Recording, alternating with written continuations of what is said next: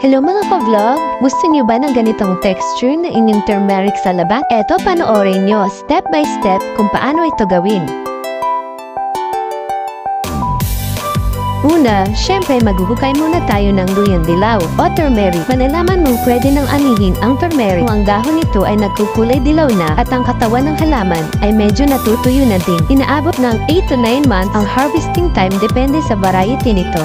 Ayan at binigisan na nga ni Mama ang paghukay. Kaso may iba pa palang nakatanim. At yun na nga mga ka-vlog, may laman na din pala ang tanim ni Mama na ube. Ayun na nga, to the rescue na si Papa sa paghukay. Gumamit nga pala si Jan ng bareta, kung sa English ay crowbar, pry bar, para madaling mahukay ang ube. At ayun na nga mga ka-vlog, nahukay na din sa wakas ang napakalaking ube at 2 piraso pa siya. Ayun na at dinala ni Papa sa bahay. I-continue na tayo sa pagkuha ng mga luyang dilaw. Habang naghuhukay kanina si Papa ng ube, ay busy naman si Mama sa paghuhukay ng luyang dilaw. At ayan, naipon na tuloy ang ilang tumpok ng luya. At ito naman ay aking paghihiwalayin. Ayan, at nag-e-enjoy na nga ako sa paghihimay ng luya kasi para lang ako naglalaro. At ayan, tapos na mga ka-vlog, di na siyang hugasan. Fast forward na, tapos ko na nga pala siyang linisan mga ka-vlog at ito na ang kulay niya. Si Papa na nga pala ang nagyayadyad ng mga luya. Improvise nga pala na yadyaran lang ang gamit ni Papa dyan. Kung wala naman kayong ganitong yadyaran, pwede naman kayong gumamit ng cheese grater. At pagkatapos, ayan, piniga na nga ni Mama. Nilagay niya yan sa tela. Pwede kayong gumamit ng katsa or cotton, basta matibay at malinis. Para sure na purong katas lang, salain niyo ulit sa lahat bago niyo lutuin. Ayan mga ka-vlog, magluluto na tayo. Ito nga pala yung estimated measurement sa ginawa naming turmeric sa labat. 1.5 kilo ng turmeric, 1/4 kilo ng luya, at 1.5 kilo ng asukal na pula. Sa unang kulo, ihalo na ang asukal at tuloy-tuloy sa paghahalo.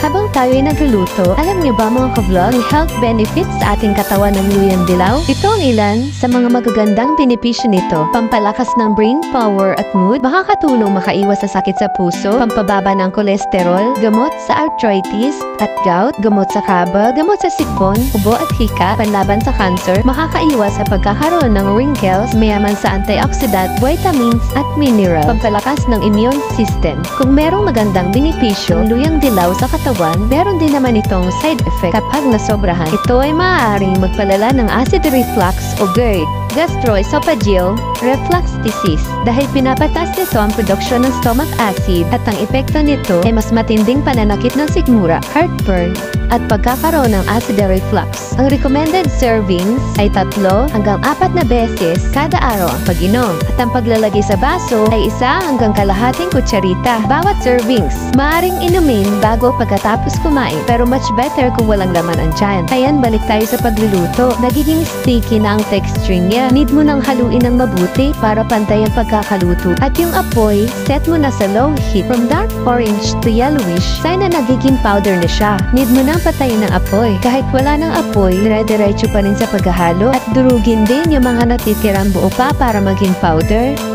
Medyo palamigin lang konti tapos silain para mahiwalay ang powder sa medyo buo pa. Na-amaze nga ako dito mga ka-vlog kasi now lang ako nakakita ng pagluto ng turmeric from liquid to powder. Diba ang galing?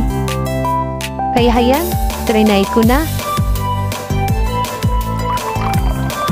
At in fairness, ang sarap niya mga ka-vlog. Refreshing sa lalamunan kasi sakto lang yung anghang at tamis. Ito na ang ating finished product mga ka-vlog. I hope nag-enjoy kayo. See you in my next video. Like and share niyo din mga ka-vlog. Thank you sa panonood.